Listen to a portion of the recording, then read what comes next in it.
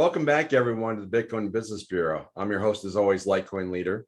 Today, we're continuing the theory of economic relativity. And that's my own theory of how everything comes together for economics and how everybody in crypto needs to have a basic understanding of the economy, both on local and on the global, not just in crypto, but overall. And it all factors in. So today, we're continuing the series, and it's part 2. Part 1 is linked right here.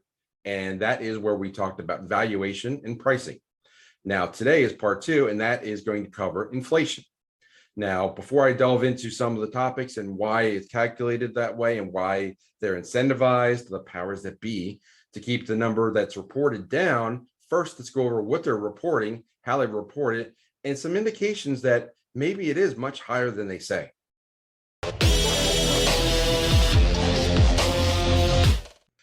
Before I go into some of the alternate ways that inflation is calculated, both the modern way and the old way, and what's actually probably more accurate, odds are that neither are perfectly true, but I wanted to share some of the terminology that some of the financial sector like to use. Now, every business sector likes to have their own language, their own lingo, their own terms.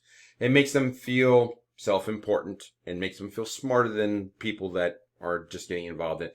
Why they do this, I have my own belief as to why they do it is because they want you to think that they are much more knowledgeable about the particular topic than you are, and they want to create some false barrier to entry to understand what they're talking about. So like, oh, these experts are talking about certain things and I have no idea what they're talking about. I should trust them because they're the experts and just let them do all the hard work for me. That is a bad idea. What I want you to know is a few terms that they will kick around, and so when you hear them, you understand what they are. Now, one of those is I'm going to share John Williams' Shadow Stats page, which is a fantastic page. I'm going to come back to it in a moment. But there are 2 terms that I wanted to cover. First is what they call M1, M2, M3. That is just fancy ways of defining the money supply. So M2 is the basis of pretty much what is the money available in the economy. That's the number one thing that everybody talks about. There's M1 is a little bit tighter, M3 is a little bit broader, but the most common definition of how much money is in the current money supply, like how much is available, it's like for people to spend across the entire country, state, government, whatever, it's M2. So this is it goes in further detail as to explaining what M2 is, M1, M3, and you can dig into it further, but just understand M2 means how much money is available for spending, using in the current economic system in that particular country. So that's what the US often uses. The other term I wanted to throw out there is basis points, and I mentioned that in a previous video, and again, this is just making them feel better about themselves, a little bit smarter, a little bit more knowledgeable. All a basis point is 100 basis points make up 1%. So when people talk about, when the Federal Reserve moves the lending rate by 25 basis points, that means they moved it by 0.25%. Why do they do this? Well, first off, they move the decimal point 2 spaces to the right to make it 100 times larger, because quite often they're dealing with numbers below 1%, and very often in no more than 2 or 3%. So you're talking about 100 to 300 basis points. When you get under 1%, it sounds too tiny. But to make it sound larger, they just say, hey, let's call it 100 basis points. So when I say 25 basis points, like, oh, that sounds like a lot. No, it's not. It's 1/4%. So when you hear those terms, I just want you to be a little bit more familiar when you hear that terminology just bantered about, and everybody's like, oh, I don't know what that means. It's pretty simple. All they did was move the decimal point, made things sound bigger. So that's what John has defined for us. But let me talk about the current U.S. inflation rate. Now, according to inflationdata.com, which is pretty much tracking what the government is telling you, what they're reporting right now as of July 2021 is that the 12-month annualized interest or inflation rate, not interest, it's the inflation rate. The U.S. inflation rate is that they're saying it's only 5.37%, call it 5.4 or 5.5, which sounds like they make it sound like, oh, that's high. But in reality, 5.4 is actually, it is a higher number than what they typically report. They normally report 2 or 3%, but 5 is a high number for them to report. Is it actual though? Let's go back to shadowstats.com. If you go back and look at how the inflation, they have great alternate data. Under the alternate data tab, they have unemployment, inflation, a few other calculators, GDP, which is gross domestic product, how many goods are made in the country. What they do here on the inflation chart is they go back to this. The inflation calculation is kind of like the Dow index. They monkey with it from time to time. And what they do is they take things out, they put things in.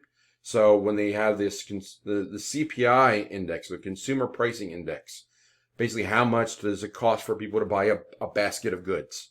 They change what's in that basket from time to time to make the numbers look better.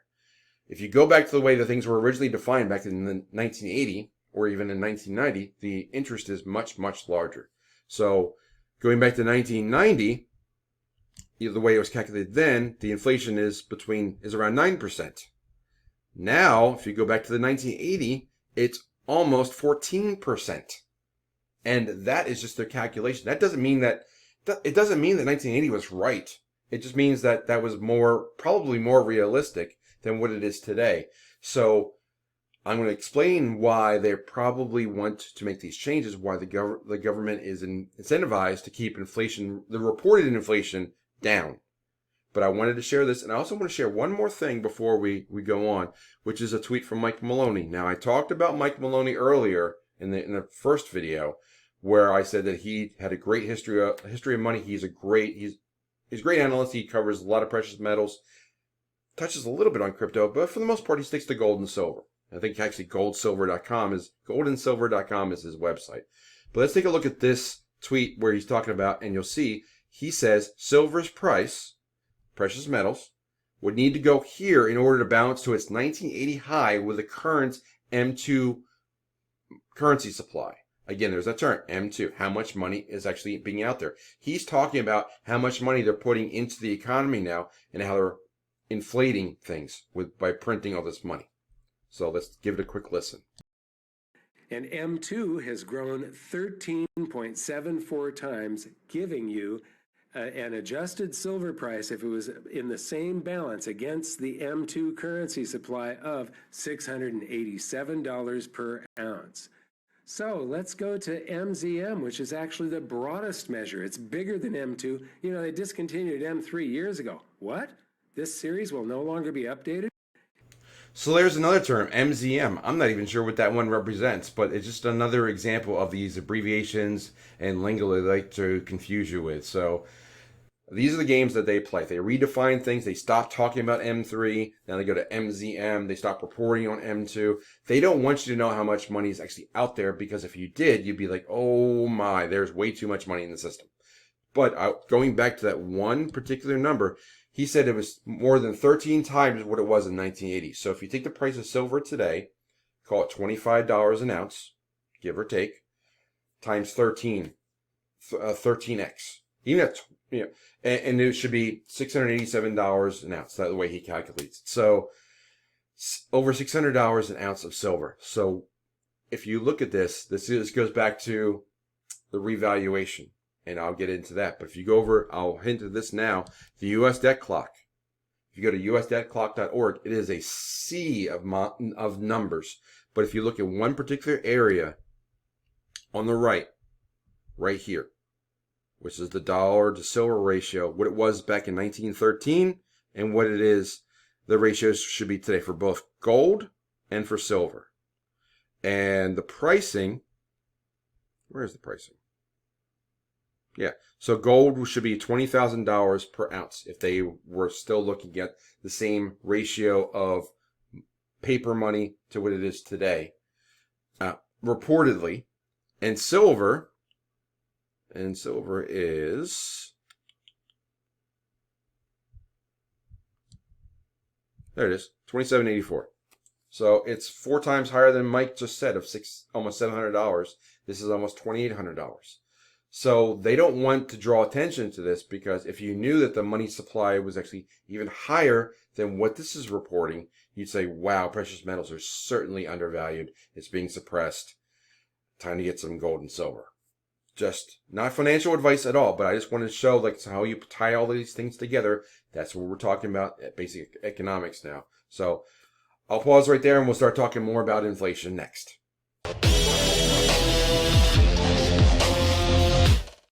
Okay, so there you go. We got some information. We got some data. They're saying it's 5%, a little over 5% on an annualized basis. But there's a lot of other context clues that's saying it's double digit, probably much higher. Now, if you've gone shopping recently and try to buy meat or other things, you've probably seen, or lumber, there's been huge amounts of context clues or indirect evidence of inflation. Prices are going up. Gas prices are higher, everything's higher, but they're saying that inflation is only 5.5%. Now, why would they do that? Well, there's a number of reasons, but mostly it's because there's a lot of expenses for a government that has to pay everything, and everything is tied. A lot of things are tied to the inflation rate.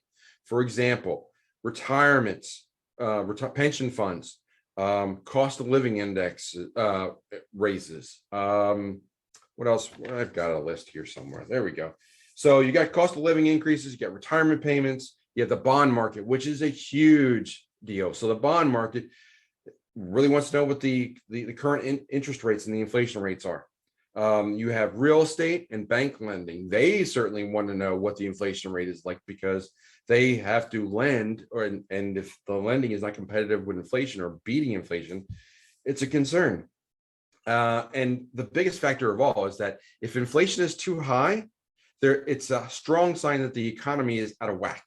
It's unstable. They can't manage their books very well. And as a result, people start to be very concerned. So all the agencies like the Federal Reserve, their job is to keep things in control by adjusting the inflation rate, the lending rates between the banks and the loans and everything that's tied to the Federal Reserve borrowing rate. If the inflation rate is going way higher than the targeted inflation rate, which is 3%, which is now they're saying it's 5.5%, things need to be fixed somehow, but it's out of control. What they're trying to hide is the fact that back in the 1970s, we had double-digit inflation. A lot of people may not remember that. Dig into it. That's why there were gas lines. There was a lot of turmoil. There was certainly your salary did not keep up with inflation, and everybody had to tighten their belt because inflation was so high. It's very hard to get. If you had savings back then, you could get great returns for your savings because your savings rate was high at the bank, but that's gone. Now we're talking about like borrowing, and you had mortgages were double digits. Can you imagine that? Instead of the 4% that people are paying now, imagine 14, which was more commonplace back then. So what happened back in 1971 that might have been part of this? They said it was because of unrest and uncertainty with OPEC and the Middle East. But could it have been that we were finally coming off the gold standard about 50 years ago, and back August 15th, 1971, when Nixon's announcement? Could that be the problem? Could that have been part of it? So they don't want you to know that. So you need to know where the inflation is coming from, historical perspective. I'll talk about some historical ratios. I should mention those as well. Having context is important to understand basic economics. Mike mentioned silver. Knowing the ratio there between silver and gold is indicative of what you want to know. Just juggling different things there. Historically, silver has been 15-1, 15 ounces of silver for 1 ounce of gold. When that gets imbalanced, there's a balance. There's supposed to be a balance in these markets. So right now, silver is like 70 ounces or so to 1 ounce of gold, which means that silver is cheap compared to gold. So a lot of gold bugs are saying, we should move money over to silver. But the question is, why isn't silver moving as fast as it should be? Are they holding that down in some way? Are they manipulating that market? So all these different things, all these indicators will give you a cause for concern or to investigate. And that's why a lot of people are saying Silver is a sound investment because it's being held down. Eventually it'll catch up. And this inflation is not what it's saying. It's not quite, these are not the droids you're looking for. This is not the inflation rate that you were looking for, or actually expected. Finally, bring it back to crypto. The reason that we're seeing inflation is because they're printing more money in the economy right now. All the fiat, they're adding more fiat supply to keep the economy going, to artificially inflate and increase the velocity of money, putting more money into circulation. That is going to raise prices and cause inflation. Crypto, in particular Bitcoin, but other cryptos that have good tokenomics, are deflationary in nature. What does that mean? That means that supply gets cut over time. There is less and less introduced into the marketplace year over year. We have the halving every 4 years in Bitcoin. We just had it last year, and we'll have it in every 4 years, 3 years down the line. That's a supply shock. So what happens is that when, like originally what happened with Bitcoin, every 10 minutes they produce a block and they give out 50 Bitcoin to one of the miners who solves the math problem first. And that was the way it was for the first 4 years. Then they cut it in half. And this is written into the code, so it can't be changed. The only ones that are allowed to make changes to Bitcoin are the miners, and they have no incentive to ever change this. So you go from 50 Bitcoin to 25 Bitcoin to 12.5 Bitcoin to the present number of 6.25 Bitcoin per block. That is the inflation rate is very low. And now eventually it's going to be zero when there's no more Bitcoin to mine. But the next halving is going to drop it to just over 3 Bitcoin per block, which is going to be about 450 Bitcoin per day. Now it's about 900. So again, another supply shock. And then it takes a little while for everybody to get used to the supply chain. But the fact that they're reducing the amount of new currency, new assets into the marketplace is a deflationary event. Meanwhile, adding more monetary supply in the fiat economy is an inflationary event. That is why when Bitcoin is compared to, you compare a deflationary asset to an inflationary currency, it's like two cars passing on a highway. One's going up, the other one's going down. This is why they say that Bitcoin and other cryptocurrencies that have a fixed supply just suck up all this extra fiat. They just like absorb it, because with a fixed amount, if you think about, if you go, classic example, a desirable event like the Super Bowl, there's only, say, 50,000 tickets. The face value of the ticket might be $300, but more than 50,000 people want to go. So scalpers get involved. Now you have a fixed amount of tickets. Only 50,000 people can ever attend, and the price is $300 a ticket. But the demand outstrips supply, which means the price will go up. So you can hear that every year that thousands of dollars for these tickets, because it is a seller's market. People want to buy. There's more buyers than there are sellers because there's a fixed number of assets. So that's just like when a real estate market is red hot and there's no supply of houses, there's more buyers than sellers. Prices go up. That's an inflationary event. So when there's more currency in the marketplace, a fixed asset that has a limited supply, that price is going to go up relative to that amount of currency because there's more of it. And they have that, it's the price. If there's twice as many dollars, then it's that fixed supply will cost twice as much. That's just basic economics 101. So that is inflation. That is how it ties back to cryptocurrency. I'm going to talk about a different subject next, called correlation. So until that video, I'm going to close the drawer on the bureau. I'll see you next time.